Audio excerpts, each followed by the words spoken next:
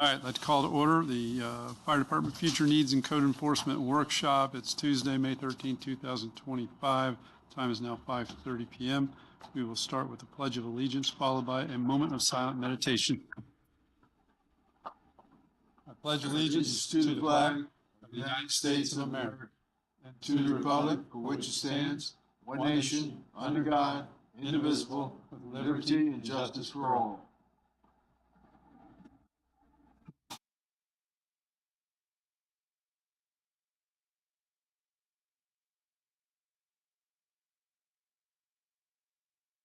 Okay, we'll start with roll call.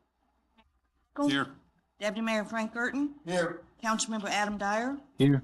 Councilmember Susan Romey. Here. Councilmember David Nutt. Here. Okay, we'll move on to additions, deletions, or changes to the agenda, if any. Does anyone have any changes? Okay. Seeing none, we'll move on to new business. Item number 1, Fire Department challenges and future needs. This is to consider receiving a presentation from Fire Chief Lewis and direction to staff. We'll turn it immediately over to Chief Lewis, I think. I'm going to jump in real quick, That's Mr. fine. Mayor, and make an introduction. I think the mayor and council know everyone here, but our new comptroller, Angie Dollins, has been with us for a few weeks. She is a tremendous person. Comes from Missouri, of all places. There, We have two of them now? we have more than two, More than two. but that's for another day. But Okay. very happy to have Angie with us. Welcome. Good to meet you. Okay. Chief Lewis, the floor is yours. Thank you, sir. Mr. Mayor, fellow council members, thank you very much for allowing me to speak to you tonight about the challenge and future needs of the fire department.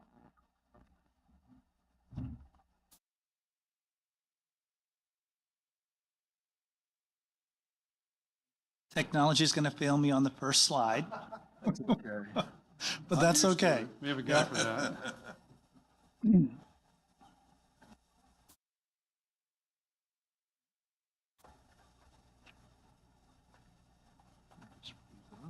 Yep. You might have to stay there. No, it did. It just- But it just froze up on us, It just kicked us off, that's all.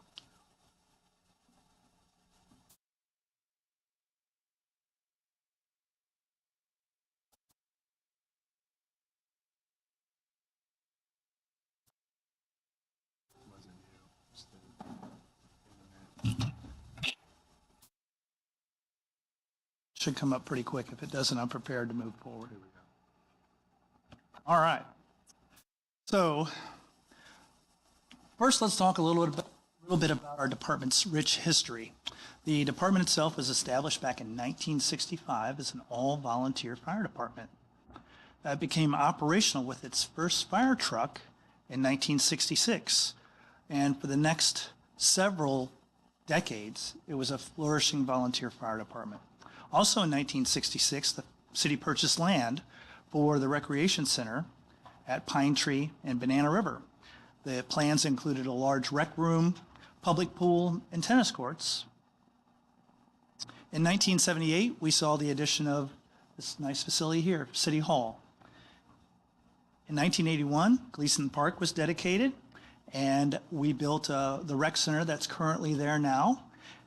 And then on or around 1990, the fire department moved from where it was here at City Hall originally to the recreation center, the old recreation center over there at the Pine Tree location.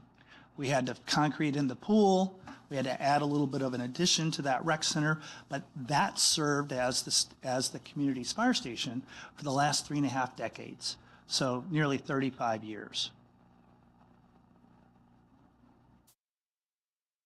All right, well, let's talk about the fire department today. Today we have 29 active volunteers. And one of the issues with the 29 active volunteers is that only 50% of them, less than 50% of them are actually certified to be able to go into an IDLH environment. That's an environment that's immediately dangerous to life and health. That means that half of them can't fight fire. They can't put a tank on their back, and they can't go in because they don't have the requisite training and certification from the state of Florida. That is a difficult issue throughout the state. That certificate, and it's difficult, but it also protects your people from doing things that they're not trained to do and putting themselves in situations that they're not trained to get out of. So it's a blessing and a curse, but it's a curse we all have to live with, and we have to find ways to deal with. And we've done a really good job here over the last few decades of dealing with that. When I first took over, it was reported that we had in 2023, we had 21 volunteers. 15 of them were reported as certified, 5 were reported as trainees, and 1 was reported as a non-combat, non-certified, and wasn't planning on going down a certification route. When we looked into that a little bit closer, the people that we thought were certified really weren't certified under the state's new standards and guidelines. So we had to take a look at everybody's training and everybody's certification and re-examine those training files to make sure the people that we were putting in those IDLH environments were in fact trained to do so that we were compliant with those state regulations. And what we found that by June of 2024, we had 25 volunteers, 9 of them were certified, so we dropped from 15. 9 of them were trainees, and 7 were in the non-combat designation. They weren't going to be able to, or they weren't willing or able to go and get that additional certification to be combat ready. Fast forward to today, May of 2025, we have 29 volunteers. 12 of them are certified, 10 are trainees, and again, 7 are non-combat. So one of the things that I was tasked with when I came here was to increase our recruitment and retention, increase our volunteer numbers by 20%. I've been able to do that. The challenge is, however, it's not easy to increase the certified volunteers by 20%. So most of the people that we have that come in the door are brand new. They have no training. They want to get on the ground floor and make a career for themselves in the fire department, but that takes time and training. So when we get them, they're not ready to go. So that's what we've been dealing with for the last several months. The certification itself, just to be able to go into an IDLH environment, the minimum certification in Florida is about 200 hours. And that's a big commitment for volunteers who also have jobs, lives, families. Those commitments are much more today than what they were back several years ago. Let me move on to the next slide. So why the change? Why is volunteerism different than what it was? This isn't unique for Indian Harbor. This is all across the United States. There's been a 25% drop in the number of volunteer firefighters across the nation since 1984. And those statistics come to us from the National Volunteer Fire Council. Some of the reasons for that is that the requirements to be trained and certified are much different than they were back in the 80s. I know our Florida standards are much stronger than what they used to be, and that's what's causing us issues in getting people who want to volunteer for the community. Other things that are standing in the way is higher standards for federal and state requirements, increased training demands, greater expectation and capabilities of volunteers. So now you're expected to be able to not just put out the fire, but do rescue, do emergency medical, do specialized rescue, do hazardous materials. And all those things take training and certification, which the new people walking in off the street don't have. Then with that, there's ongoing training for recertification. Those demands are placing a tax on the volunteers and making it difficult for them to continue.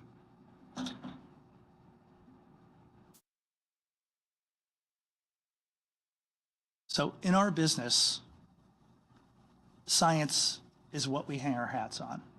Science-based deployment is the basis for fire departments across the United States. Behind that science, we know that fire doubles in size every 30 to 60 seconds. The progression of a fire to the point of flashover. Flashover is when all the contents in the room are burning. So it goes from a smoldering trash can fire in the corner of the room to complete engulfment in just 7 to 10 minutes. On a parallel journey, brain injury occurs within minutes of a medical emergency, and neurological death can occur within 4 to 6 minutes without intervention. Our deployment model focuses on time and distance, the two factors that affect the survivability of both fires and emergency medical incidents. So on this slide, I'm showing you a travel time of 4 minutes and 6 minutes from our station here in the city of Indian Harbor Beach. The red, the darker area, that's a 4-minute travel time. That's where my trucks and my people can get as soon as they leave the station, and they're on the road within 4 minutes and then within 6 minutes. So within 4 minutes, you could see we cover the area all the way up to Algonquin. We cover all of Anchor Drive. We cover all of Wimico, and we cover all of Martesia within that 4 minutes. And that's what we strive for. We want that travel time to be 4 minutes or better. Sometimes you can't make it to all points in your community within 4 minutes, and then you shoot for that 6-minute mark. That's when there are people in seats in the trucks and they're ready to go. When they're not there, you have to add additional time. Or when they're not ready, you have to have additional time. These time standards are not just made up for communities. We look to national standards and best practices in order to know what to benchmark our communities against. 3 standards drive our deployment model, whether you're a career department or whether you're a volunteer department. The National Fire Protection Association Standard 1710 guides the deployment of career departments.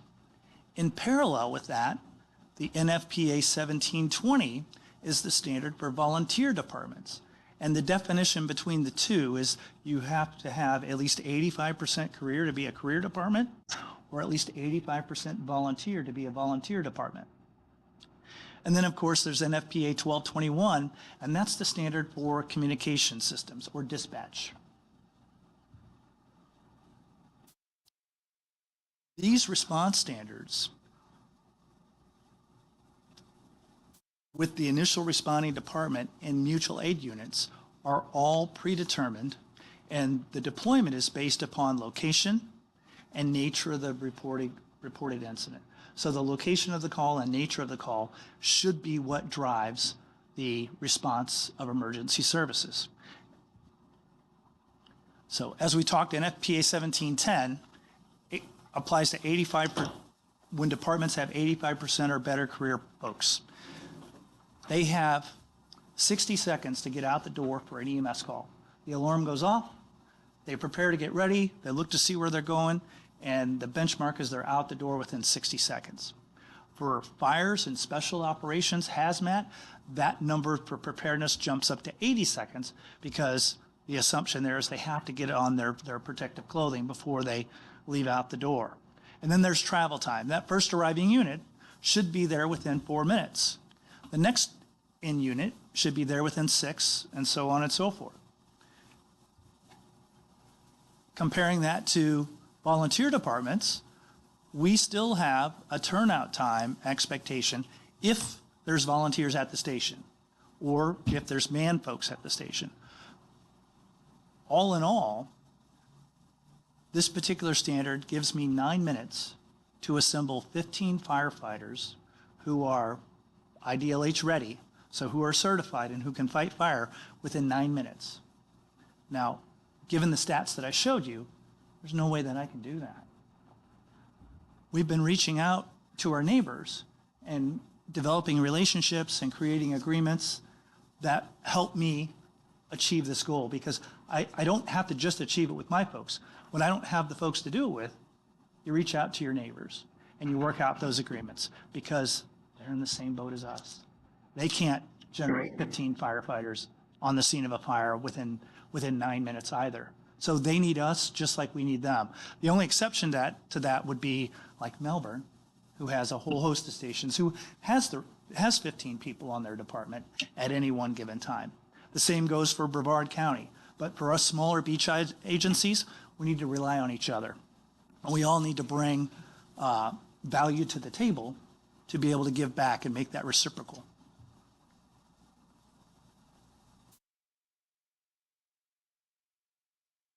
This just goes to show you that 9-minute requirement for NFPA 1720. That's for a low hazard occupancy. And what defines a low hazard occupancy is a 2,000 square foot residence would be a low hazard occupancy. That's also for a demographics of an urban area that has more than 1,000 people per square mile, and we meet that category. Those others start going down to more rural areas, and they get a little bit more time to generate those numbers. Saving lives, all in all, is a team approach. The call starts when the incident happens, and that's something that we can't control.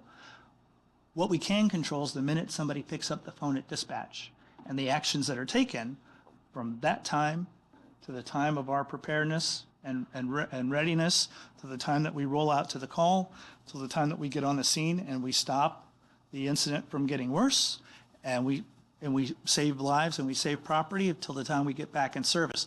That's the only thing that we can control.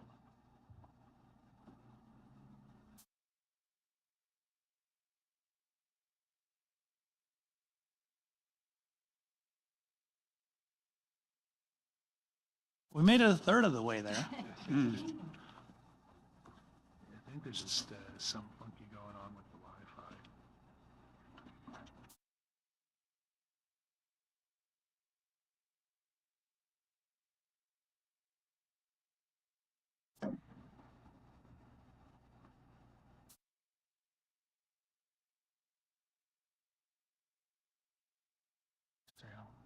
Yeah, no, I'm sorry, I don't know.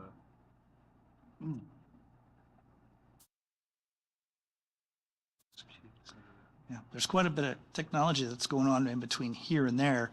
This is remoting into my computer, which is over there on the dais, and then it's connecting to here. So there's a lot of behind the scenes happening to make this presentation work.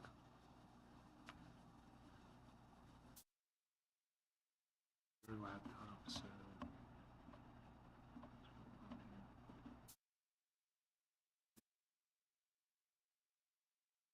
Yeah, no.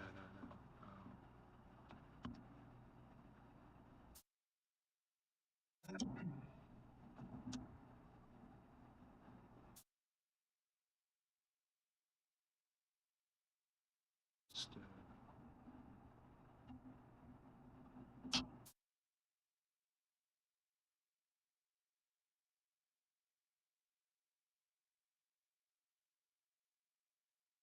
are you still on? You're still on, right? Well, this may be an issue with my Wi-Fi.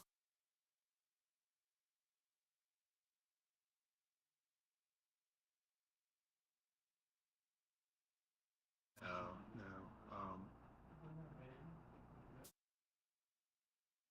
Jetpack real quick, because I think it's an issue with the laptop. Just like 2 seconds. Okay. Well,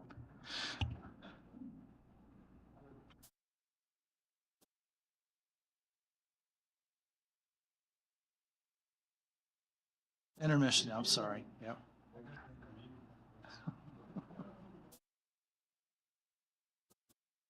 And this is just getting into the good data too. So.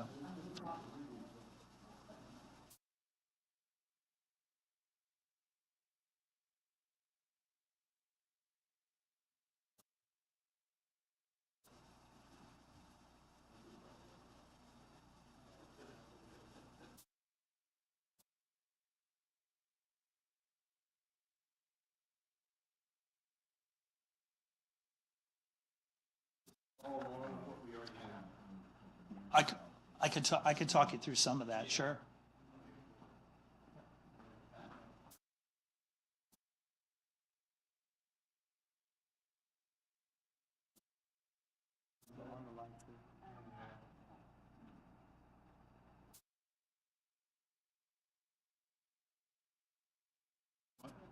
why?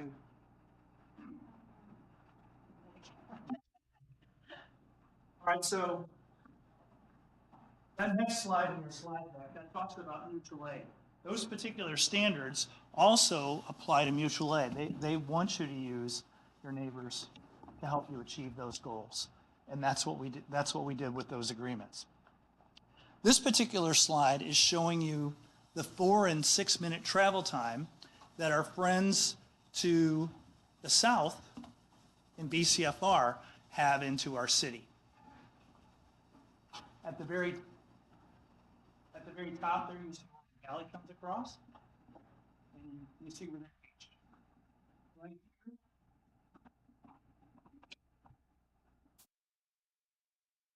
Last one.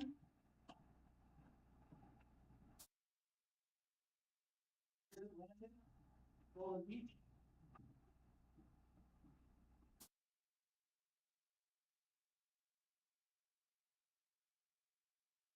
Here we have our county friends to the north, Station 62. They come down, and here we have the photo.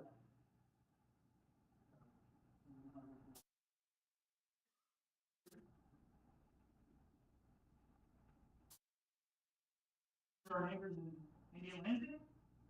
Here's the Melbourne Causeway. Up there at the top of the page. Just we need a reference.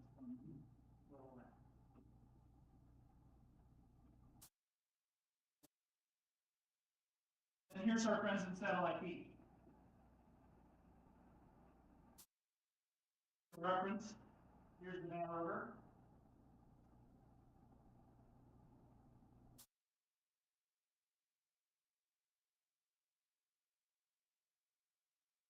That's us, just going back to Indian Harbor. Here you see us again with our 4 and our 6 time. Which, as you can see, we're in a great position. We have great coverage for the city when we have people at the station. So let's look ahead to our service delivery analysis.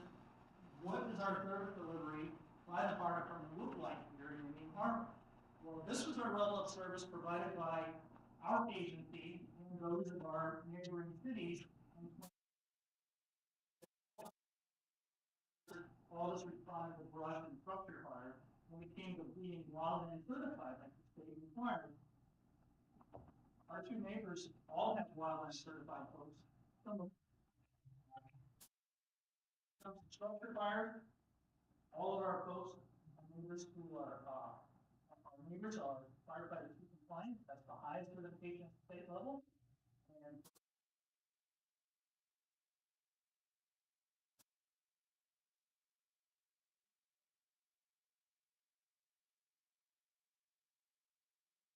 first service to hazardous materials. We don't provide water rescue service, and we don't provide emergency medical. That was in 2020. That. Here's our call model over the last 4 years. Beginning in 2021, 22, 23, and 24. Since 2021, our volume has increased 28%. Over 2023 alone, it's gone up 24%. And that was without including anything. Now, 2024, we had the hurricane that flushed us. That caused a little bit of an increase in call volume over some of the previous. Reporting, we do a report on an incident. There's a national system that we follow. System, it provides definition for those different series of fire. Fire in the 100 series, there's explosion in the 200 series, and rescue in 300, 400 of hazardous condition, 500 of people in distress or service calls, 600 is good intent, 700 is alarm, 800 is weather, natural disasters, and 900 are special incidents. Next slide, please. This shows you what our response breakdown looks like in those sheets that we looked at.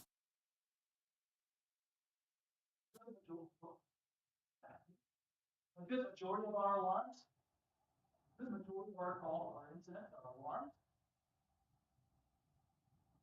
a little less than fire. Almost a quarter are hazard condition. Rescue for 7.3%. Now, normally in rescue, you'll have motor vehicle accident, you'll have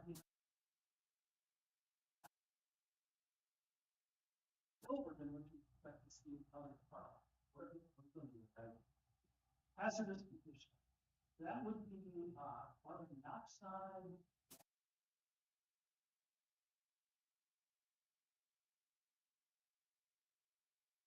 At least they'll kind of achieve that. We've got a shopping center where people got killed and got.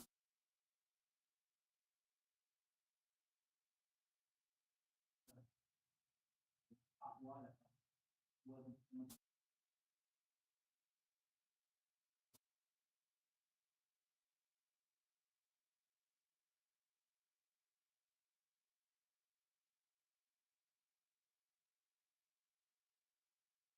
By day of the week. When you look back at all our busiest day is Tuesday.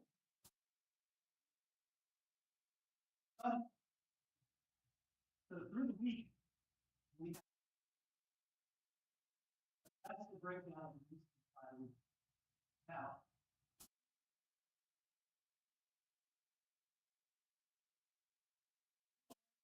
time for that side because everything is overlit. My intention was to click on them one at a time, show you what each day looks like. I'm gonna come up here and talk from the back of the room. Because it's important to see.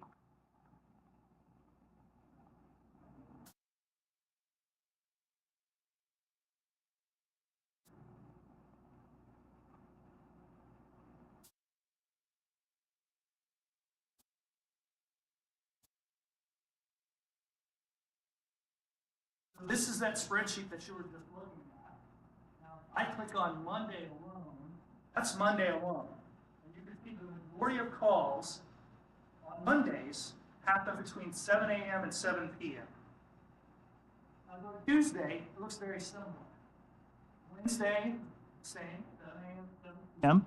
Thursday, they start getting a little later. Friday, they start getting a little later. And then when we get to the weekends, the majority of those calls happen between 10 a.m. and 10 p.m. So that was our intention of that particular slide.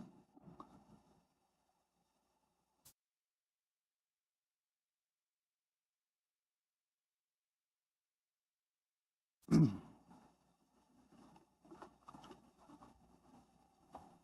next thing is going to compare resource allocation between our department and our neighboring department.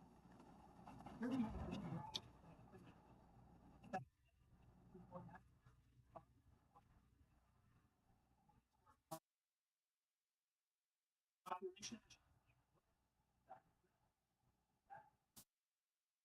We're in the middle. We're in the middle for land, we're in the middle for population, we're in the middle for median income, and then you can see we're in the middle for budget. Line here is what our general fund portion that's allocated for fire. And this source is from our 2025. Breakdown by department in each of those areas. Next slide, please. Here's a visual representation where the different departments are color coded across all of the agencies. So red is fire, blue is police, purple is public works.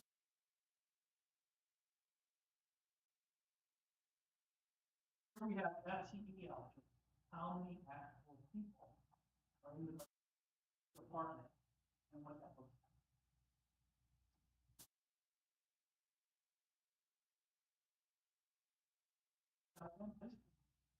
All right, so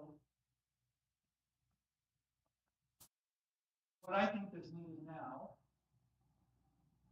is firefighters on duty 24 hours a day, 7 days a week to ensure basic needs covered. 3 would be preferred. That would mean 11 personnel total.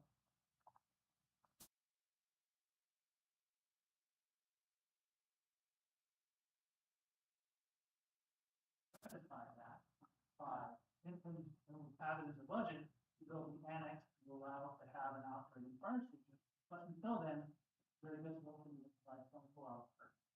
So what I would propose to the option is a stepwise approach. Next slide, please. Where we have 2 part-time fire maintenance workers covering our peak 12-hour demand time. What that would look like, they could cover Monday through Friday, 7 a.m. to 7 p.m. Saturday and Sunday, 10 a.m. to 10.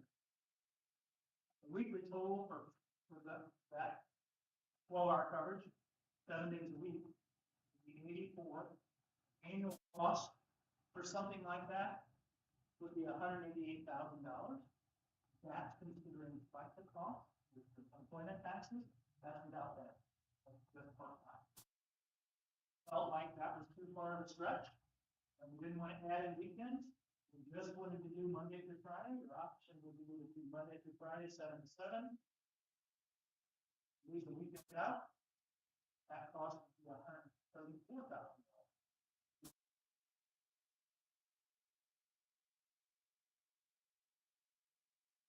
Back up. Yeah, I put that 60 per hour there. Price.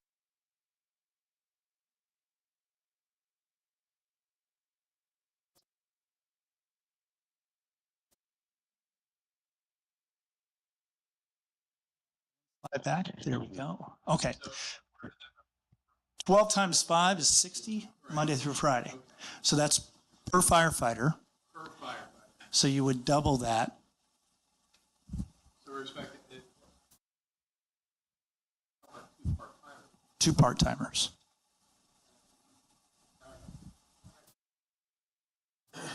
Back up one more slide. We didn't get into the cost of what it would look like for full-time fire coverage. And when you look at a salary of $47,349, and where we came up with that was as we looked to our neighbors to find out what they're paying for firefighter paramedics, and we backed off of that a little bit to start out with a BLS type coverage. That's where we came up with the 47 number. All-in cost for that would be $66,289 per person, and that includes a benefit factor of 1.4, which would include health insurance, employment taxes, retirement, all of that.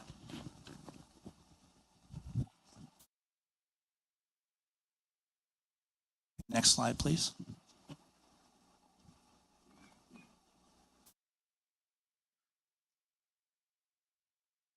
Any questions on any of the cost formulas that we've shown you?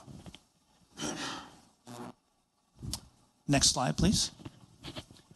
So one of the things that we did do right is our apparatus. We've got a very nice fire engine right now that's brand new. It was purchased in 2024. We have a replacement aerial that's in our 5-year capital plan. We were able to get that cost at around 1.5 million. So that's $500,000 less than what we had anticipated it being. Our other support vehicles are on a replacement schedule, so we don't see any need to add to our 5-year capital plan with what we're proposing because what we have is adequate. All right, next slide. And with that, I can take questions.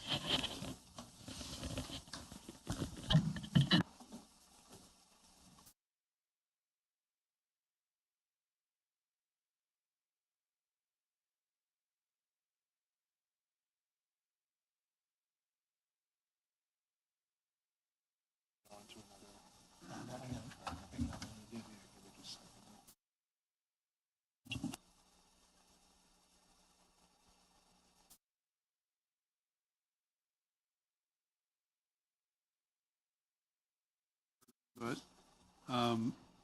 if you go with under your slide for how do we get there now, you got 2 part-time fire maintenance workers. As far as recruitment efforts and the likelihood of success at getting part-time firefighters, is that a common thing? Is it? It is a concern. Okay. People all around us who have full-time both of them are struggling with recruitment and retention. So I don't think for a second that I'm going to be any different. So that's going to be a challenge for us. Okay. Part-time would be easier.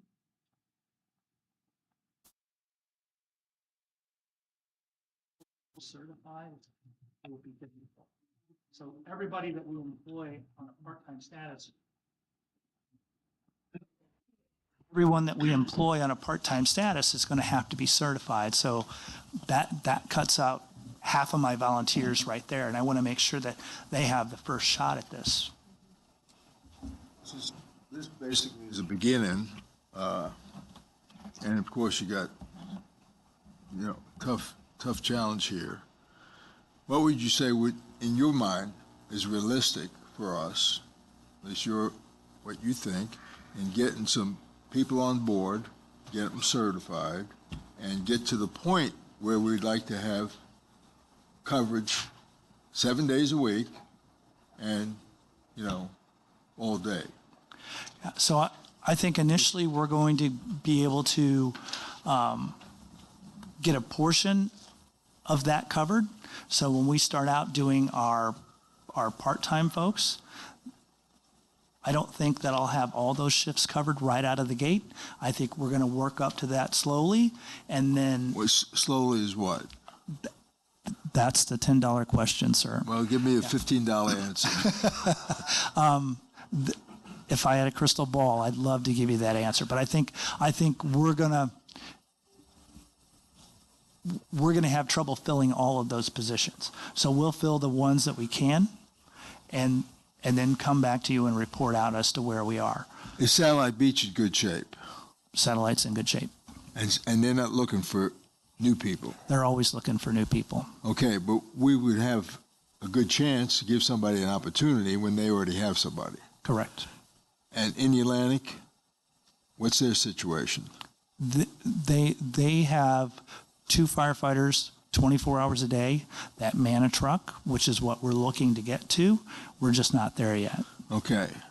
And they're a much smaller city than we are. They are. With much less population. They are. I think that's the challenge is, in my mind, that's what I'm seeing is the hiccup is trying to recruit part-time firefighters. Yeah. Yeah. And you're not offering benefits. And yes, FICA, but that's nothing. But something with benefits is just not there. And I think it's a pretty specialized individual with a special schedule that I think you're going to have a hard time finding that person who's going to be willing to do that.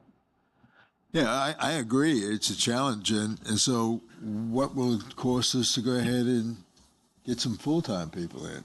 Is that going to be easier? That's on his prior slide, I think. Yeah, the cost would be close to $500,000, but then once I got them here, I wouldn't have any place to put them just yet. Right. So we have to work on that first, that in first, Yep. which I realize. Which is why I'm taking the crawl, walk, run approach. Right. Yep.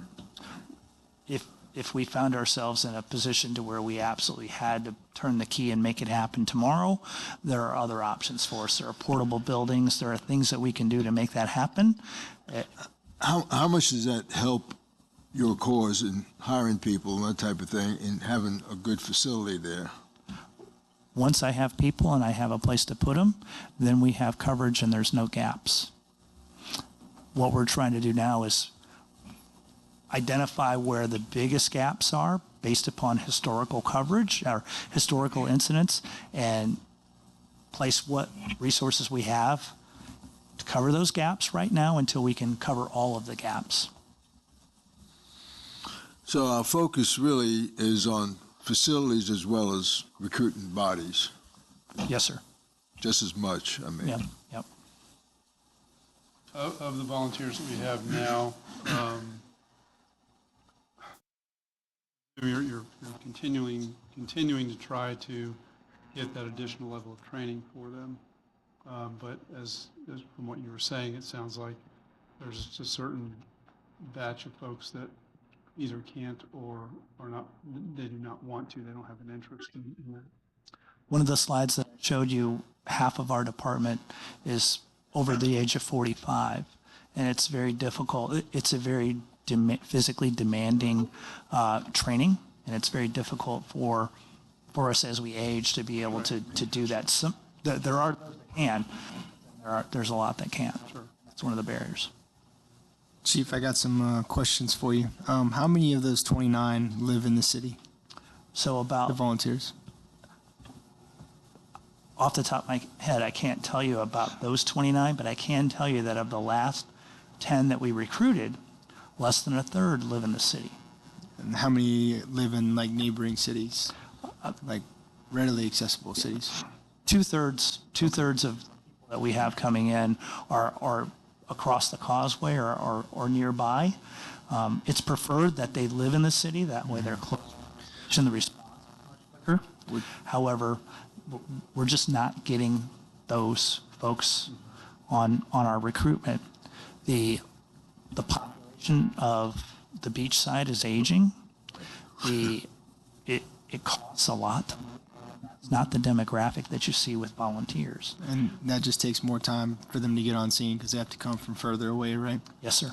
So you spoke about science. You know, science is that you learn that in Fire 1 and Fire 2. The two greatest outcomes, the two factors that create a good outcome is time and manpower. The sooner you get more people on scene, and that equals a better outcome for fire and EMS. Yes, sir. What's the average response time right now for the first arriving unit with the current model? So when I took over, there wasn't a consistent way of reporting. So I didn't have historical data that I could rely on and bring to you response time wise, because day a week was consistent. The calls themselves We'll just were say, consistent. what's the average? I You can't- wouldn't even have a no, number? I couldn't tell you. Anywhere close to the 60 to 80 seconds out the door from call to, yeah, Yeah, I know, yeah, exactly. because they're not there. Yeah, Yeah. understandable, and it's not a knock towards them. It's just current because of the structure, right? Yep.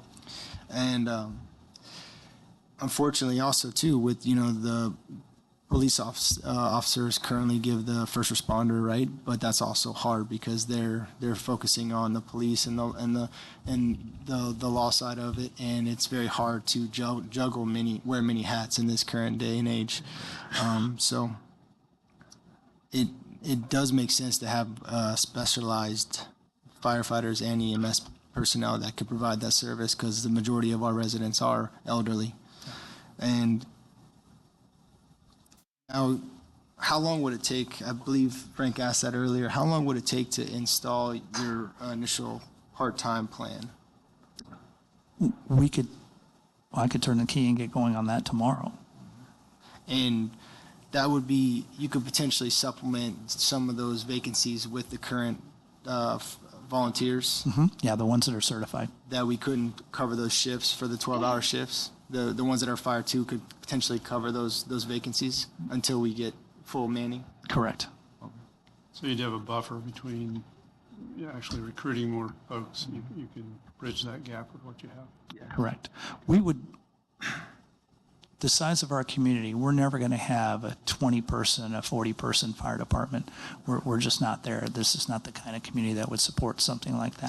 Doesn't make sense. Yeah. No. But what we could have is a very robust combination department that relies on its paid staff to get the apparatus rolling and get that first response going, and then trained community volunteers like we have now that want to give back to their community to supplement that.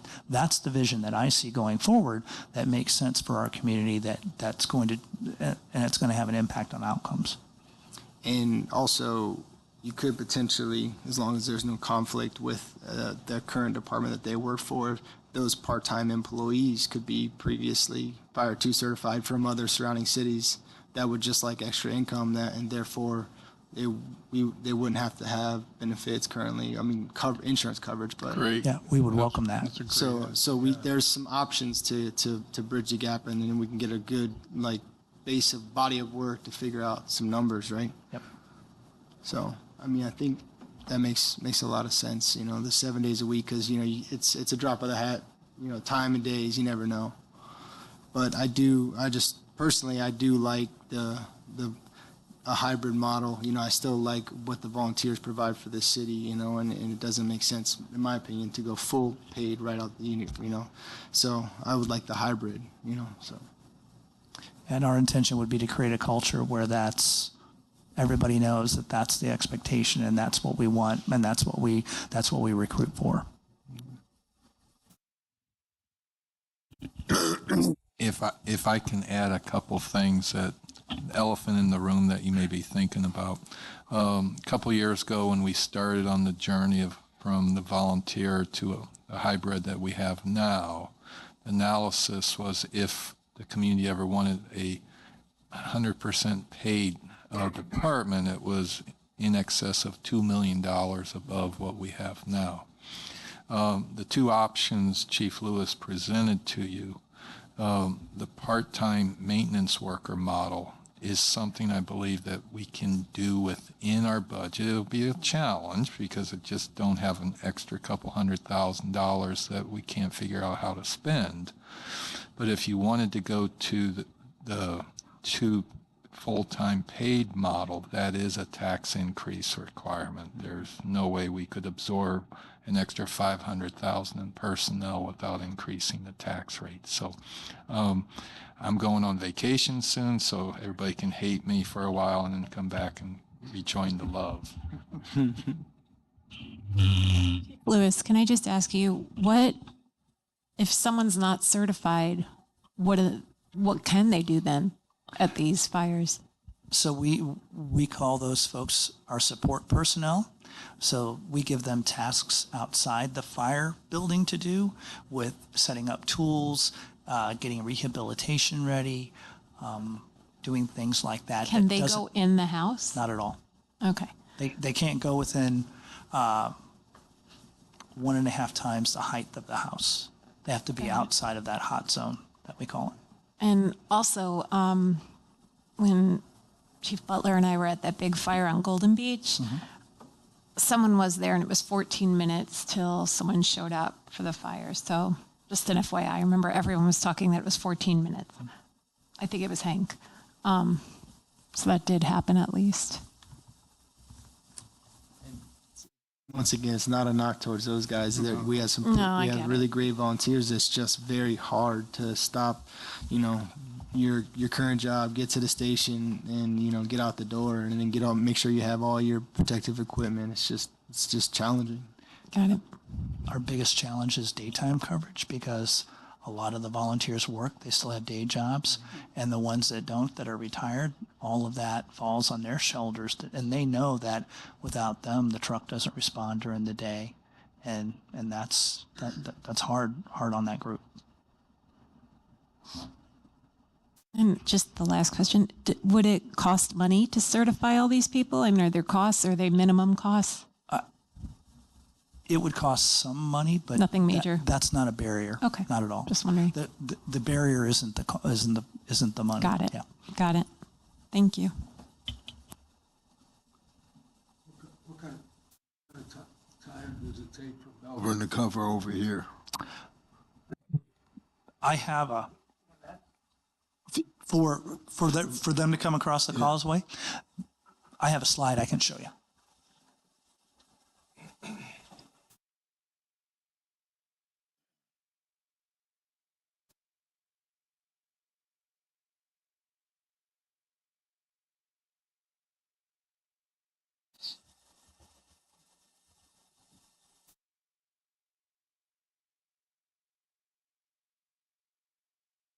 Say 10 minutes, right? Think more? 9? Oh, it's close. Yeah. 4, 6, and 9 minute increments. What they work. They're not on a call in their city. Right. I was going to say, if there's a competing call, that changes the dynamic. Oh, yeah.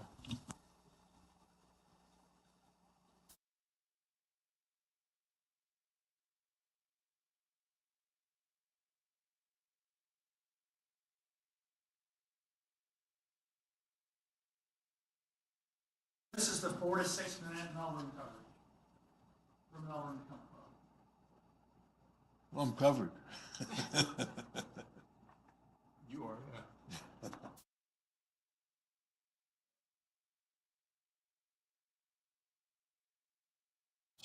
yeah. What,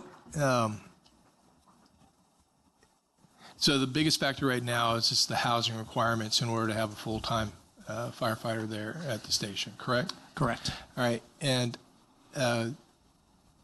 Councilmember Dyer, I know that you're familiar with, I know how Brevard County has worked before where they've actually set up portables in order to accommodate that, to mitigate that issue, and by putting temporary stations in places like that.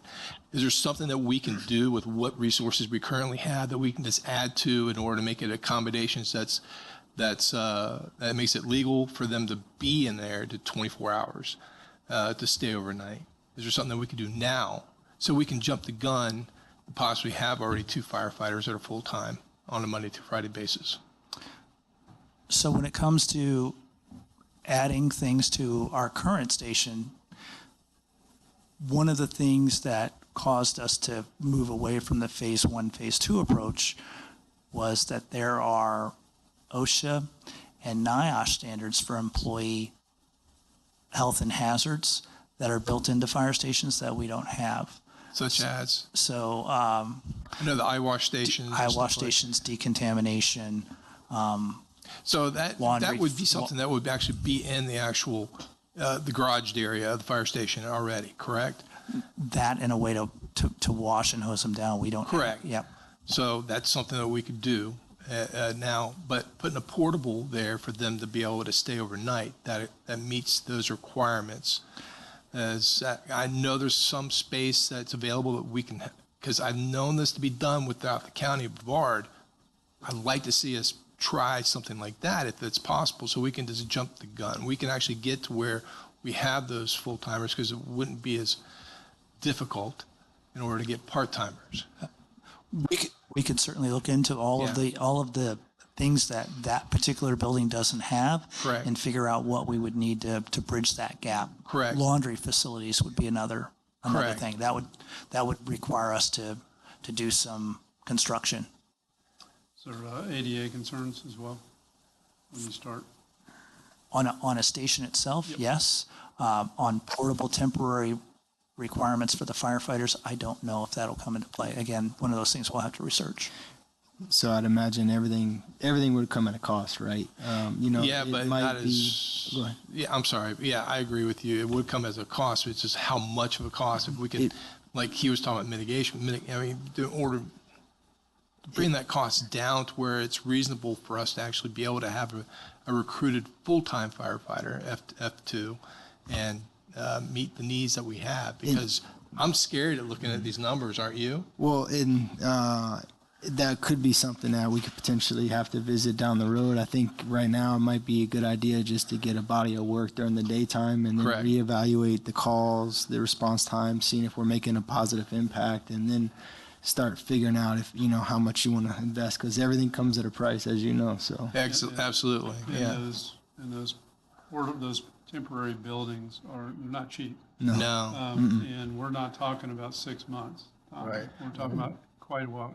Correct. Algonquin has to be finished before, we can move the tennis court or Correct. the tennis courts and start. And then we have to find funding for the annex station. Correct. As it is, so there's a long road ahead. I understand. So, we could be looking, 3 years down the road and having to lease. Correct. I mean, not saying it's not worth Hey, checking into. No, but I it's nice to have don't. those I'm numbers. just trying to look at options here in order to No. meet our needs, and I don't want to take away from anything you're trying to do here, because I think it's, as an alternative idea, this is perfect as far as I'm concerned, because we need this. Like I said, the numbers and the response times as far as what we have here kind of scares me, and Susan brought up a very good point about the fire that we recently had in Golden Beach, but that's not reflective of our volunteers. It's just a matter of where we're set up as. And I like the idea of doing the blended, doing the part-time approach, option A. That's, in my mind, what is probably the best approach for now. Anyway. I go along with that also.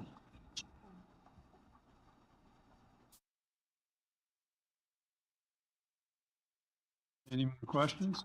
Yeah, I mentioned that earlier. I agree. I think that the part-time approach would be better. You know, get a body of work, get some numbers, get some data, and then see the financial impact, and then go from there.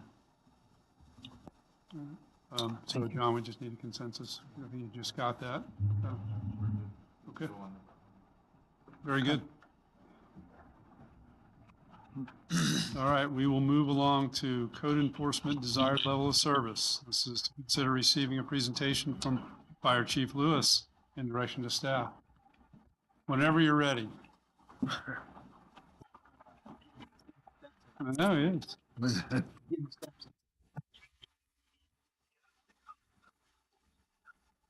Steps in.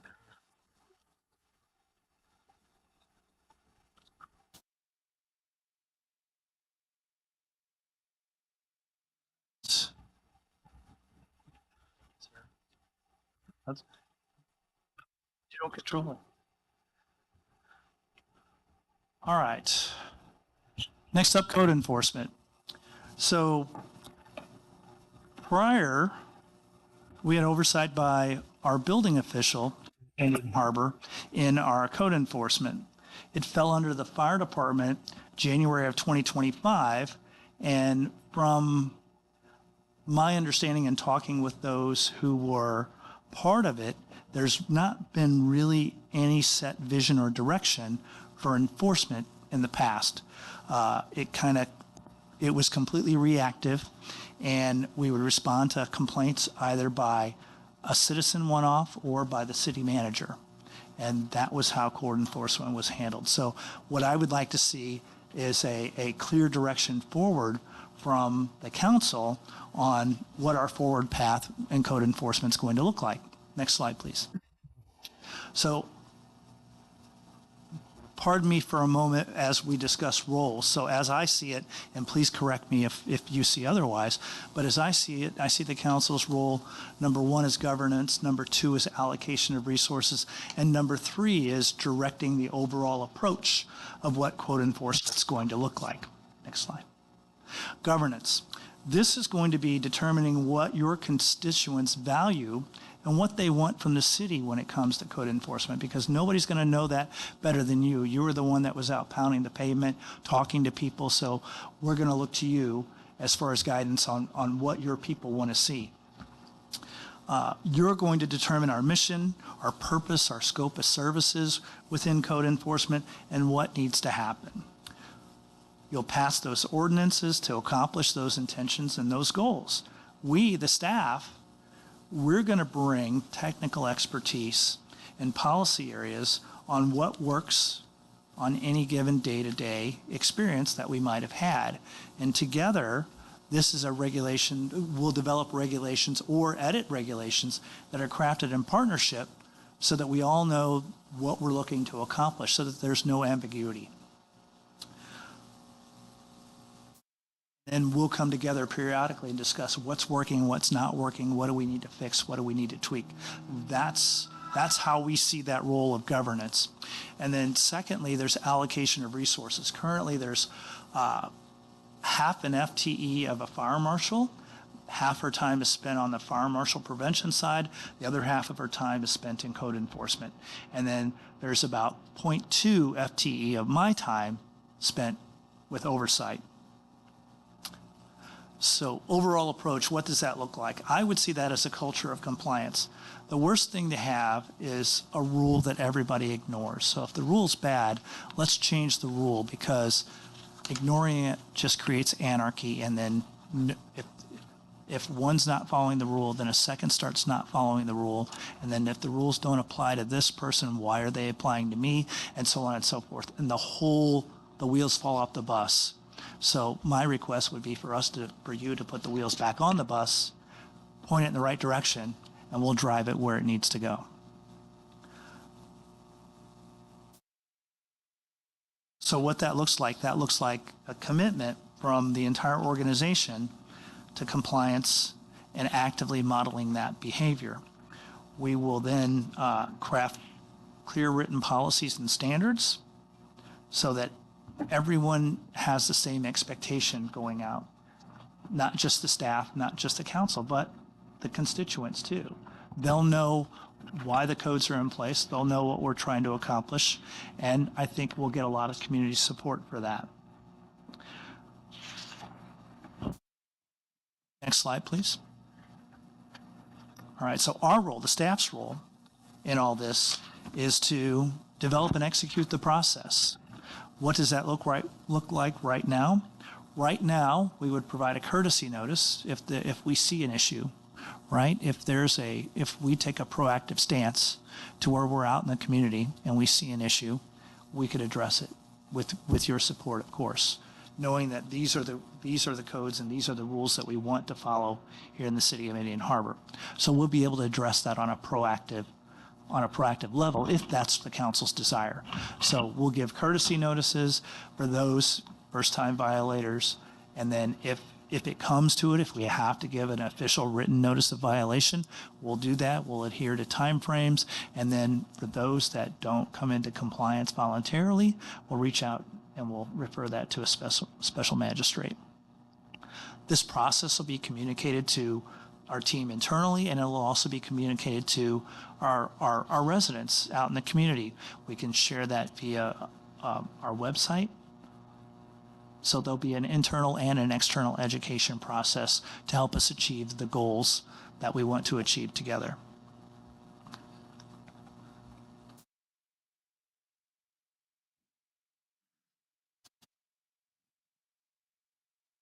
Next slide, please. The code issues that we see now that we think are hot button topics are boats, grass and wildflowers, basically landscaping in general, trash, and signs.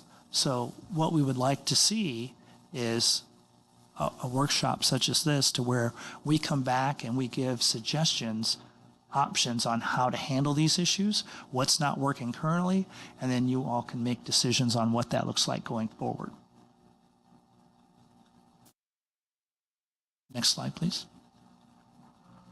All right, questions? How much time are you thinking is it going to take to do a good job as a code enforcer? I think, for example, let's take the boat issue. If a rule's been ignored for so long, then the community starts ignoring it too. Well, we know that. For us it's going to take them a while to get back on board. Yeah, we'll have to let them know that there's a new culture, a new plan, and a new path forward. We'll have to communicate that via electronically, via written through the harbor highlights, and give them a period of time in which to come into compliance. And then we'll have to go out and start enforcing that at whatever level that looks like. We're changing the culture. We're bringing it back, basically. I'm sorry? We're going to have to change the culture that we currently have. Correct. And then we get back to the way it was when these ordinances were originally put in place. Correct. Let's say, for example, the rule that if you come up with a rule that says no boats, then every boat that's out there is going to have to find a place. And that's going to take time for them And to find a place. that's not going to be popular. Correct. It's definitely not going to be popular. And And I'm not saying I'm not recommending. And definitely, it needs to be, we can't have 8 people doing it, that type of thing, unless they've been trained. Let me just read something, just real quick. I jotted down a few notes. Brevard County Code Enforcement primarily responds to the citizen complaints about specific addresses or locations. So the citizens got to know what the heck's going on so they can complain. They generally do not proactively drive through neighborhoods to address all code violations. Complaints can be submitted by phone, email, in person, or by fax. Anonymous complaints are generally not accepted unless the issue poses an imminent threat to the health or safety. And basically, going into complaint filing, this is the investigation. You get a complaint, you got to investigate it. Notice of violation is found, so you got to go ahead and let the property owner, there's been a violation, let them know. Compliance property owner given a deadline to correct the violation. Okay, so you got a deadline there. Reinspection to ensure compliance. Hearing, if necessary, if violation persists, case referred to Code Enforcement Board or Special Magistrate for a hearing. Decision and order which may include potential fines for continuing noncompliance. And we know under this, you can have a lot of things like vegetation and all that type of stuff that comes down there. It's going to be a tough job to get going. And it's going to need to be, it needs to be a sheriff type person, really, to get out there and do the job. But we need to go ahead and bring our residents on board. I mean, like you say, you know, I know a person that parks a boat, you know, and I've never said anything to him, I'm not going to, you know, because we don't have anything in the background to go ahead and make him move that boat, you know. So we educate the community the way I like to think of it. We educate them through whatever means we can, and then we go ahead and start working, that type of thing. And be a warning to start with, you know, that type of thing. So it's going to need, how many people are going to do this job is what I'm asking.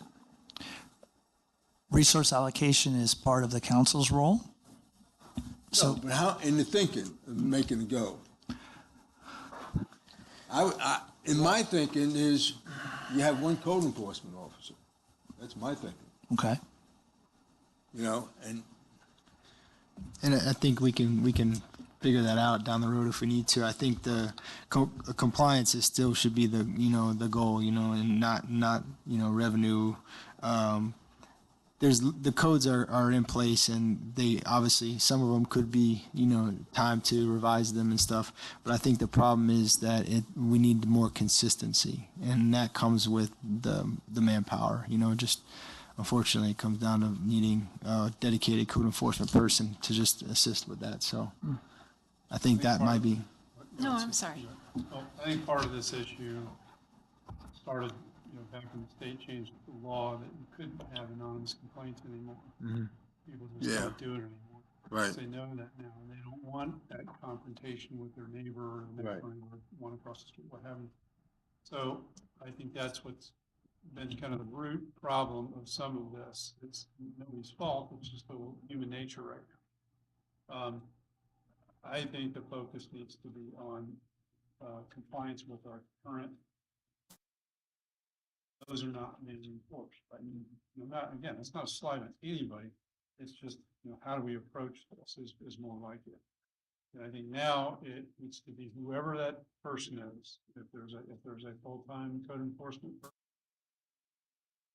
that's part of their job is to, I don't want them out there patrolling the neighborhood constantly, just looking for every little thing that's wrong. But very obvious code enforcement issues right now within the community that I feel like that person should be identifying and making sure that they're given the proper warnings. I totally agree with giving warnings, give them that time frame to comply. And then if they don't comply, then they get a citation. Simple as that. We give them all the chances we can. We let the community know before we change, redirect this effort. We give it a little bit of time, give people just barely get their stuff in compliance before we really implement it. Get our way into it, give them plenty of time to comply. I think I don't want it to be too soft of an approach. It needs to be consistent. That is absolutely key. So I'm not going to point out specific locations right now, but I know there's some boats that are out in front of people's houses. There's a couple other things, you know, it's RVs from time to time. They're an issue. We know that. And then there's fencing. I've seen people put up fencing. There's one just went up that is right along built along the right-of-way line. And that's a 6-foot high fence. It's on a corner lot. So I know that's not the code requirement. That's not what the code allows. But it's obvious someone went out and they built what they thought was probably fine, Right. just didn't know the rules and didn't pull a permit. So those are the things that I think we need to focus on, but we need to do this in a smart manner. We need to gradually. And then we can focus on at some point in time, we focus on the codes themselves. Code, is it reasonable? And they do need to be reasonable, I think. That's a whole series of exercises and efforts that need to happen over a period of time. So I think for now, we focus on what's in place now. And I just want to add, I think the short-term rentals, wouldn't that fall under code enforcement? So we would have to, I know that's what everyone is talking about is the short-term rentals. I mean, it's been that way for a while. I think no one knows where to call. No one knows what to do with their complaint. Of course, you can call the police, but we don't want to bother you with that. So I think that's got to be addressed. And I agree with what you're saying. The ordinances are there. They're just not enforced. There's not enough manpower for it. Yeah, it's just a different approach right now. And I think we are generally all in agreement that it does need to change. The question is, what's that look like? Yeah, just the short-term rental, the primary focus of code enforcement is getting them registered.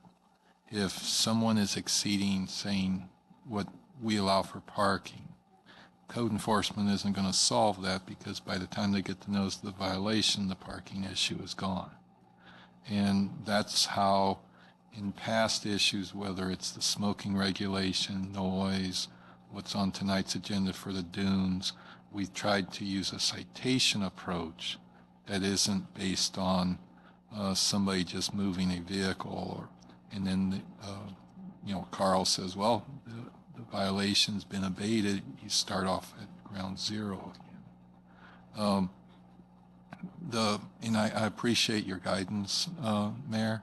The one thing I would ask for clarification is I don't think you're wanting us to go out and all 80, 90 boats and start telling them to move them, because I think that's a discussion of that is, do you want 0 boats in the community, or is there a way of possibly finding a compromise that certain boats can be in driveways? Because right now, what's on the books is 0 boats. Yeah, that's the tricky part. I think. Penalizing somebody because they have a 25-foot boat in the driveway versus somebody who's got an 18-foot boat, and we draw the line at 20. Is that fair? As long as they're not blocking the sidewalk and they're staying within their property, there's a fairness side of this as well. So it may just be the way it has been in the past. Is you can't have it out in your driveway. You have to. It has to be behind the fence line. And it was enforced a number of years ago, I think, pretty stringently. Right. And we were able to keep up with it. Now it's just, I think it's an accumulation of violations, or violators, if you will. And again, they're not being called on. They're not being notified about it. It's getting out of hand. And I do think that to your point, I do think with that particular issue, that it needs to be a soft pedal approach to it, and give plenty of notice and warning and say, okay, you're gonna have 3 months, whatever that magic number is. In 3 months, we're going to start enforcing this. So that'll give you time to find either place, get it in your backyard behind a fence, or secure appropriate storage somewhere offsite. But I think if we do it and we give them a very reasonable amount of time, it's like anything that we do. I think if we give everybody a bunch of opportunities to correct something, it makes it pretty difficult for them to complain about something later when we can say, look, we've warned you 5 times. We've given you these notices, and here's, you have these warnings, and you haven't done anything. So yeah, you got a citation. I know it's a difficult issue. I know we're going to get folks will complain about it inevitably, but I think I would like to think the vast majority of the community would also be supportive of it as well. We unfortunately won't. One of the challenges that we see with our boat ordinance right now, and that's making it difficult to enforce, is the language and the way that it's worded. It allows to have boats behind the primary building line and on houses that have a turned a garage or driveway, they're able to put their boat in their driveway and still have it behind its primary building line. Another issue with the way the ordinance is currently written, it says it can be in the driveway for no more than 48 hours consecutively. There's no way to tell when they move it. So they could tell the code officer, well, they moved it yesterday for an hour and then it's back. One method to combat that would be to align our boat ordinance with our RV ordinance, which is crafted a little bit more in detail to not allow people to skirt the edges of that. So that would be examples that we would bring back to you as suggestions to tighten that up a little bit and make it easier to And enforce. I agree. I think there's room for improvement on some of the ordinances, for sure.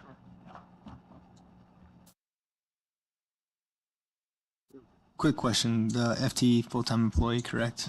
Yes, sir. So currently who does our enforcement is half fire marshal and then, 0.2% is you, correct? Correct. Is it a full-time employee to potentially be consistent with this? What does Satellite Beach have for a code enforcement person? Do they have a specific code enforcement officer? I don't know. I'm curious about that. Where I'm going with that is there an opportunity to, I don't know that it takes a full-time person to do the job. It may well be a half. Maybe just at the beginning. But that's their only job. So that's what they do. So it might be a possibility to look in, potential sharing resources with Satellite Beach in this case. Again, I don't know. If they've got a full-time code enforcement person and they stay busy all the time, then that's probably off the table. But if there's an opportunity, that might not be a bad thing, and we can keep our costs reasonable. I can't imagine staying busy 40 hours a week just doing code enforcement. Maybe initially, but at a certain point, for maintenance. Yeah, I was referring to like a dedicated person, not like a full 40-hour, but part-time or timeshare. That's definitely something to look into, possibly. I'm happy to reach out and open a dialogue. Recruitment is also an issue. Yeah, I agree with Even you. if we need a half FTE, trying to recruit somebody for that, that's tough to do. You can always make adjustments, but I agree with you in the fact that we need to have one specific person. You can't have 2-3 people doing that job there. We need consistency. And I'm all for it. I think we can start off with part-time or whatever. We have to look and see what's out there, and then we need to take an inventory of our problems, and then we need to go ahead and redo it if we have to redo it. I have my boat behind the building line, and the reason why I have it there because that was the law, and I have it there, and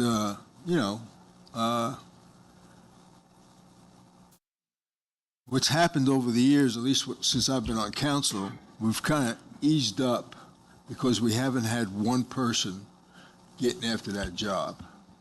And we've kind of eased up. And what took us off course was our recreation vehicles. Park it over there for the weekend and then move it, that type of thing. That took us off, and then we decided not to do anything. Anybody else?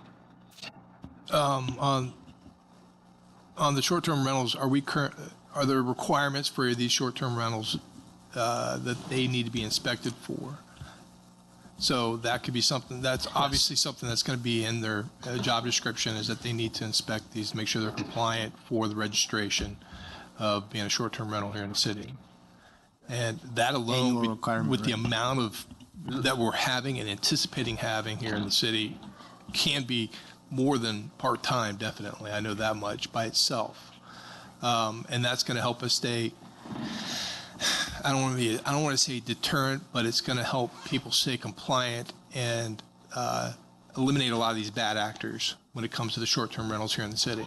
It's going to make And- sure they're safe. Yeah, They're absolutely, inspected anyway, absolutely. so. Yes, I agree. So, and along with those lines, the software that we use currently, and I think, City Manager, you've already mentioned the fact of what we've been able to recognize with the software, identifying the short-term rentals that are here in the city. How many of them are actually, I think the percentage majority of them are already registered. And the other thing is when the code enforcement is full-time, they can monitor that software and then say, all right, this one's not registered. Let's start the process. Let's make sure there's notification. And the other thing is I want to make sure of is that part of the code enforcement officer, like the mayor is saying, is that it's going to be education. So I think the majority of it here in the next year or so, after the implementation of the code enforcement, is educating the public. It is flat out making sure that, look, we're starting to come to standard right now, and letting them know, and giving them opportunities, and in order to be compliant, and that's it. It really is going to be more education than anything, and that could be, like, again, that's a lot of work by itself. So they can actually start doing these education, sending out information to people, and being that point of contact. All right, so as far as the direction of staff goes, we're talking about cultivating a policy moving forward for code enforcement. We already have our code requirements in place. We need to adjust some of them at some point. But right now, it's really to try to draft a policy that outlines the overall approach to this. I think that I'm envisioning that is council. That, I think that's the next step. We'll go with that. All right, public forum. Anybody in the audience wants to speak about any of the things that you guys weren't?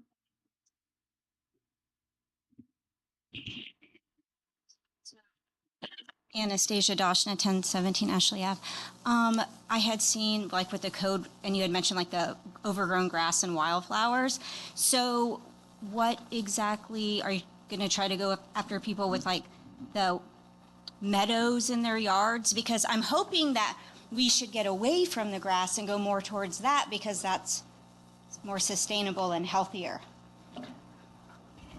Lake Beach actually had been involved in something very similar to that. That was right off of DeSoto, and I'm going to refer to them and how they handled it, because there was a particular resident there that wanted to have a more natural front yard, and to eliminate having to mow it all the time, and so they created a more natural environment there. The city actually came up with a compromise with them. I want to find out what that is, and I agree with you. So I don't want to penalize anybody for trying to do something that they believe is right.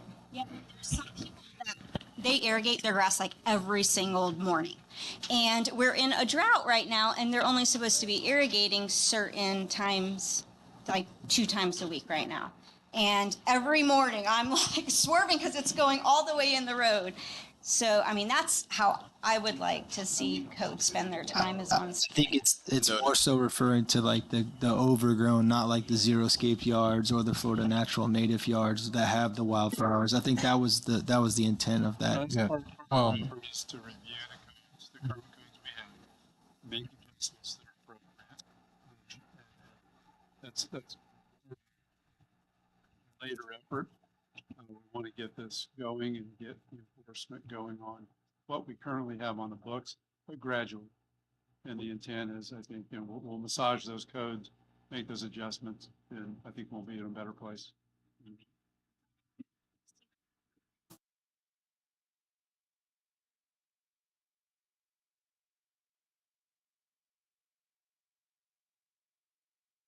Okay.